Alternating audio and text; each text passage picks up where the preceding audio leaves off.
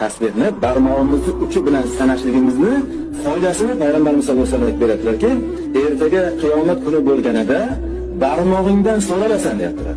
Barmog'imizdan so'raladi. Butun tanaviy a'zomiz ertaga guvohlikka keltiriladi. Barmog'ining har bir bo'g'inlari ham ertaga qiyomatda unga guvohlik keltiradi.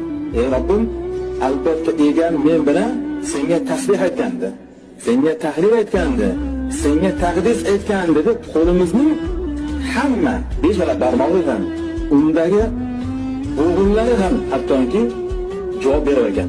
Albatta aytganimdek, tasbih ham aytavering, elektron tasbihlarni ham ishlatavering. Lekin kimda-kim yoningizda o'tirib, qo'lini barmoqlarini ishlatayotgan bo'lsalar, unga noto'g'ri qarash qilmang. Bir xil noto'g'ri qarash qilayotgan ekan. Bunaqa ish qilmang. Bu noto'g'ri tasbih ishlatayotgan ekanlar. Qaytanga uni ishi to'g'riroq. Ertaga bo'g'inlari ham qiyomatda uni foydasiga o'tadi.